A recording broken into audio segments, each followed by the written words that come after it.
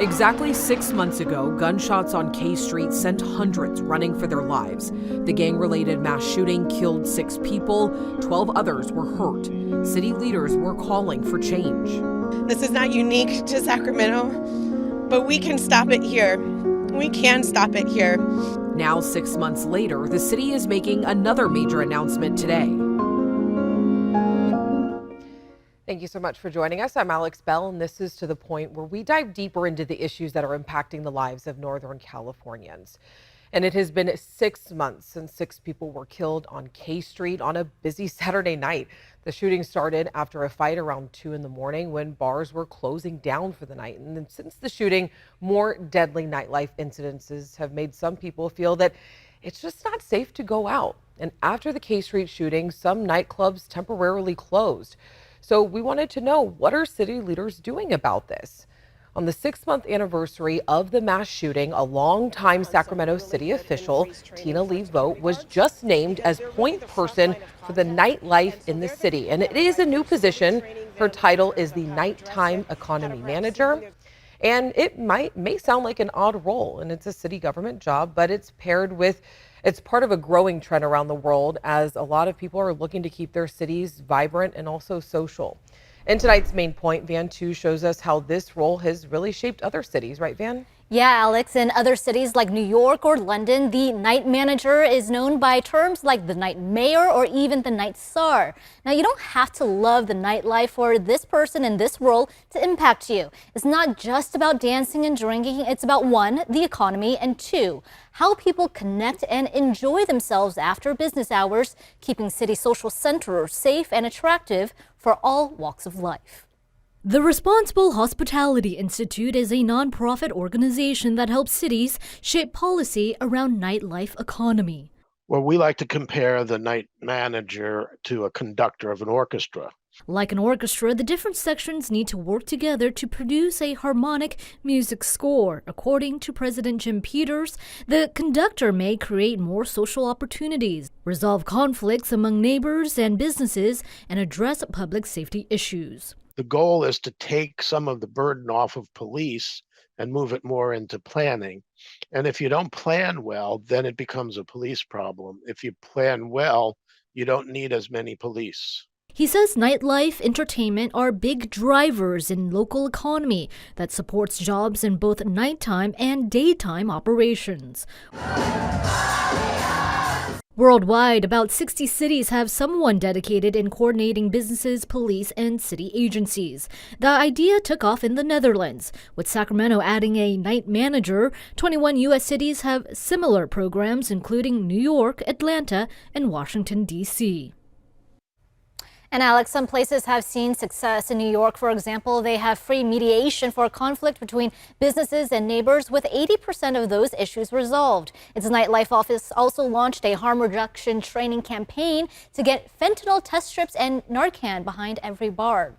And Van, there is an opportunity to address equity as well, right? Yes, so the economic engine is still churning when most of us are in bed. So think about hospitals, nightlife venues, hotels, and delivery services. Now, workers face a different landscape when they work in those nightlife hours. Now, here's one example. E-scooters became quite a nuisance in Atlanta and was banned after 9 p.m., but that took away a transportation option for people who worked overnight and needed that option. Now, Atlanta recently formed a nightlife office as well, and they're reining in an increase of homicides, a third of which occurred near entertainment venues. All right, Van, thank you so much. We appreciate it. And the search continues for a potential, I'll say it again, a potential serial killer out in Stockton. It's now made national news.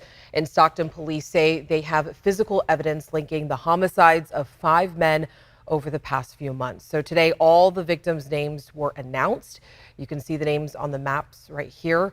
The men's age ranged from 21 to 54 years old. And all of them were alone when they were shot. Each killing happened at night or early in the morning. But as for who is responsible, this is all we know so far, really. The Stockton Police Department, they released this photo of the person of interest. And then we also have Paul Yaw. You see him right here. He was the first victim killed back on July 8th And now we're hearing from his family for the first time. And they have a message for the families of other victims. Just remember the good times that you had with those loved ones, and that we'll see them again one day. And just keep pushing, and just know that we will have justice. I just hope they catch the guy. If it's scaring the whole town, I think it's creating hysteria, and the sooner the better. The sooner we get this guy, the better.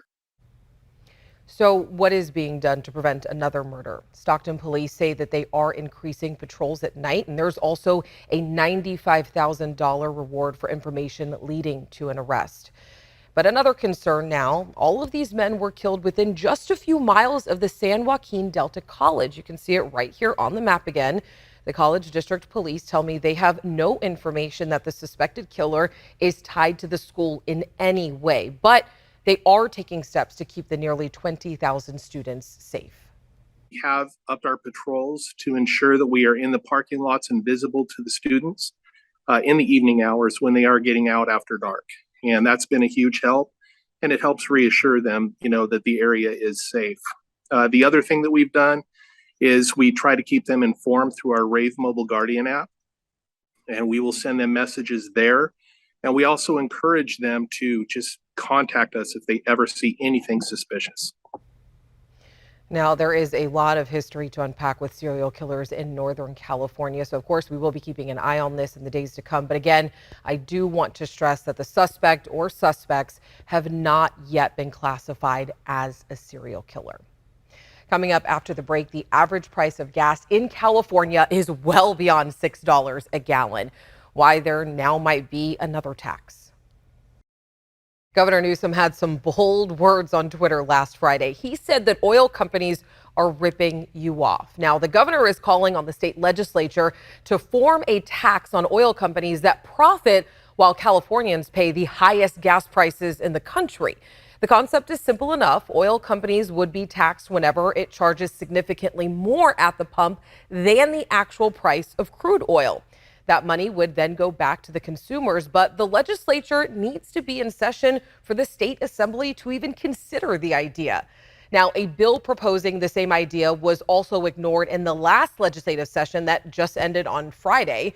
The bill's author says that he's happy that the governor came around to the idea and that it could warrant a special session. During the summer, when gas prices were coming down, you saw the Republicans shut up for a long time, and now that they're coming back up, they're using the same old stale talking points. So obviously, there are bigger variables at play here than just a stable, constant gas tax. But Republican Senator Brian Dahle, who was running for governor this November, says that's not going to happen. In a conversation with ABC 10 today, Dahle said that he thinks a windfall tax is moving in the opposite direction. Californians should know that we pay a really high tax in California. So there's 54 cents a gallon that goes to fixing our highways. There's another 20 cents a gallon that goes to California Air Resources Board. So it adds up to about $1.20 that Californians pay in taxes for a gallon of gas. Now, we asked the governor's office why he is throwing in his support for this idea while lawmakers are out of session, but the office did not comment. There is a lot going on in October. Besides Halloween, middle-class inflation checks are supposed to hit bank accounts. Student loan info for debt relief is set to come out, and tax extension deadlines are also coming up. So let's get into the taxes first, because taxes are typically due April 15th, but the IRS pushed the deadline back in 2020 and 2021 to give taxpayers more time to file their income tax returns, of course, because of the pandemic. So if you were one of the 19 million Americans who requested an extension on your 2021 tax return, you do have until October 17th of 2022 to make sure that that is filed. And I want to go ahead and bring in John Schultz, a CPA and also the chair of the California Society of CPAs, because, John, the IRS is really encouraging taxpayers who requested an extension to file their tax returns electronically to make sure they get in as soon as possible, avoiding, the last minute rush ahead of October 17th. But John, what are some of the biggest tax filing problems for people who did take that extension that is due on the 17th now? I think one of the biggest problems, Alex, is still gathering the information and the data. Luckily, a lot of the other deadlines for other companies are well before this time, so the information is there and readily available. But it's making sure that you have everything in hand when you walk into someone's office or you send that packet of information to them. A perfect example, I've gotten, clients sent me what they believe to have been everything, and I send back a list of 2 or 3 more items that I need. So making sure it's as thorough as possible of a packet when you're meeting with that individual or you're getting ready to prepare your taxes allows for you to make sure it gets done efficiently and just in the least amount of time possible so you don't have any hiccups in terms of the filing. Yeah, and what do people need to finalize their taxes? Any and all tax data. I mean, anything that you've received in terms of if you have investments that you have that you might get a K-1 on, which would be from a partnership or other type of entity, anything from 1099s that you've received from any accounts that you hold. If you've taken out any retirement monies, a lot of people had to do that during the pandemic, and any issues with that, make sure you have that 1099-R in hand because we're going to need that. All of your W-2 information, anything regarding all of your expenses you may have had for the year regarding anything that involves taxes. Gather up all the information that you would have had from last year as well. The perfect example I tell people is to look at the information I asked for last year, or just to look over at your overall return and say, what did I prepare to get ready to gather for last year as well, and gather all of that information at one time. And can you also talk about the IRS late filing penalty and also a late payment tax penalty? Can you talk about those? So normally the late filing penalty isn't charged until after the final filing deadline, which is October 17th, as you had previously stated. So you're good to go without the late filing penalty, but the IRS requires you to make a payment of your balance due by April 15th. No matter what, that's a hard and fast deadline with them. There's small exceptions to the penalty if you are not able to make that payment on time, disaster relief, other issues like that. But otherwise, the IRS charges a fairly hefty penalty for not paying your taxes by April 15th. So if you are filing right now, let's say you file tomorrow and you've got a balance due of $5,000, there will be penalties and interest added to that unless you have that exception to the rules, which are very few and far between. The IRS likes to make sure they have that money on that deadline. All right, John, thank you for the insight. We appreciate it. Have a great day, Alex. Well, we're about halfway through Hispanic Heritage Month, and tonight we are taking a closer look at Sacramento's Chicano art movement, and ABC 10's Laura Painter here. Laura, by the way, welcome to the show. I'm so happy that you're here. Me as well. But you're here with me now, and you talked to some really powerful women who are using art and activism together, and I absolutely love it. Yeah, that is so true, Alex. So Poderosa means powerful in Spanish, and that is really exactly what these women are. A women-led mural project called Sacramento Poderosas is a community-driven project grounded in social justice, highlighting local Latinas and Chicanas and their contributions to our community. We got a sneak peek at the mural, still in progress, and talked with the Poderosas about its meaning. Check it out. Oh my God! Wow. This mural really just portrays that I'm a product of all these women. Larger than life and standing proud, these Poderosas, or powerful women, have dedicated their lives to change. Two Poderosas, Margarita Berta Avila and Alma Elizabeth Lopez Flores, are seeing themselves on this mural for the first time. I feel emotional right now, just thinking about it, because I know much of the story of these women, what they have contributed to the community, what they have shared of themselves to be able to really address the issues that are so prominent, whether it be in education, immigration. This mural is dedicated to preserving the history of Latina and Chicana women in the Sacramento Valley, fighting for racial, political, and social justice. Women including Margarita and Alma. Alma's standing right next to me, in the mural, and she was a student that worked with me. She was a student organizer, and to see what she's doing is like another full circle, and to have been able to stand next to her, in this mural depicted in that way was an honor for me. More than 60 women were nominated to be portrayed here. For the 9 chosen, it was a humbling experience. One of the reasons I decided to say yes to the mural is because I know some of the young women that I work with nominated me. And I definitely want to show that, yes, we can love unconditionally, but we can also receive love. And for us to give ourselves permission to do that. You see women of all ages from all walks of life who are still active in their communities today. We're definitely not a static community, and neither are we monolithic. Just as the Poderosas are diverse, so is the mural's striking symbolism. A lot of the symbolism really come from the women themselves on how they wanted to be represented, how they see themselves. The Poderosas' countries and cultures are represented in their clothing and in the stacks of books showing colors of different Latin American national flags. This stack of brown books even represents the different skin tones of Latinas and Chicanas. There's so many women that are doing a lot of great things, but they're the invisible stories that are not being told. Art as power. Lead muralist Ruby Chacon says this work is flipping traditional Western narratives on their heads. It's going to make people question what they've been told for all this time, and questioning it is a great tool to like changing things. And that includes changing ideas of women's roles in society. Debunking those myths as well, as far as images that hypersexualize women, particularly brown and black women, right? In media and issues of objectifying. And when you objectify, you attempt to control what is there in front of you and saying, this is how we're going to see you, this is how we're going to position you, and thus it's going to allow others to treat you and position you in that way. Poderosas tell me this mural takes back that power.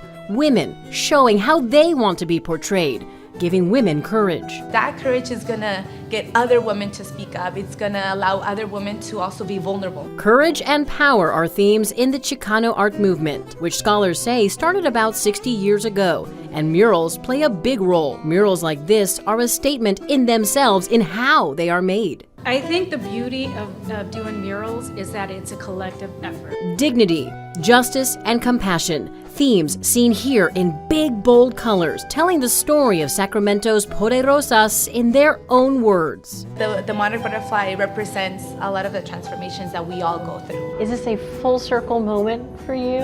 I think it is, if you're going to put it that way, right? It's like, it brings a lot of love and peace, to me, in that knowing that this work is continuing on. To have the opportunity to have this mural right here, it puts at the forefront that we're not going to allow that anymore. Absolutely beautiful. Right? I've never heard of a mobile mural. That's really cool. Yeah. But how is this funded? Yeah, so I don't want to forget anyone because there's a lot of support for this project. It's really a great thing. It's funded by SMUD Shine program, also the California Humanities, and that's a nonprofit partner of the National Endowment for the Humanities. And then Dr. Enrique E. Figueroa Gente Chicanas Soimos, Chicanos Fund, and the Sacramento Arts and Culture Match Program. So a lot of love, people. A lot of support, for sure. But when is it going to be ready? I think that's the question everyone's waiting for me to ask. Right, yeah, it's going to be ready, soon. So they anticipate February. They're going to have a ribbon cutting, they suspect, at that time. And they're not sure where it's going to be yet, but there's a lot of forward pieces with this. And everyone's going to get a chance to see it because it's going to be mobile. It's going to be out there in the community. And they're not done yet. They're going to have some more educational materials that they're planning as well. So lots to go. Well, thank you so much. Yeah, Of course, we'll keep you updated. All right, thank you. All right, let's go ahead and take a look outside. It is nice and beautiful. Taking a look at our Gilmore backyard here. Current temperatures in Sacramento, seeing 83, same thing in Stockton and even Modesto. Here's a quick check of your 10-day forecast.